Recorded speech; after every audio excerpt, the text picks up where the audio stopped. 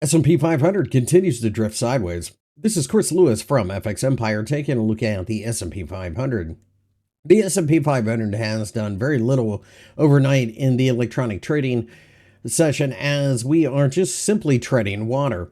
At this point in time, the market is obviously very bullish, and I don't think anybody out there doesn't see that, but really it comes down to how you approach this. Are you willing to chase the S&P 500 or are you looking for value?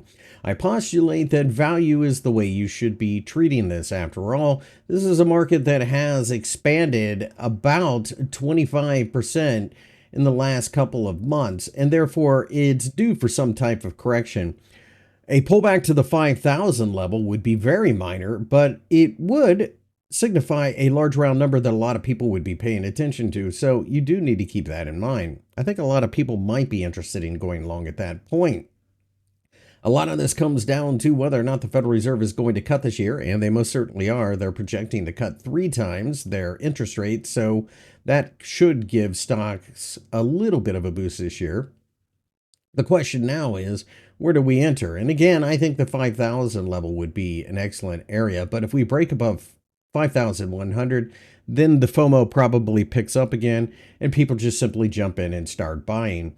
Anything below the 5,000 level starts to attract the attention of the 50-day EMA and then eventually the 4,800 level.